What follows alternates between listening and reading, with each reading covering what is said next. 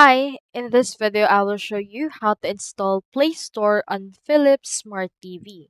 So one thing that you need to know is that Philips Smart TV operates on Android OS, which means that when it's something on Android OS, it should automatically have Google Play or Play Store. So this is what our Play Store look like. You can install the application, you can click on any application and then head over and click on install. So I have in here this article by Philips themselves.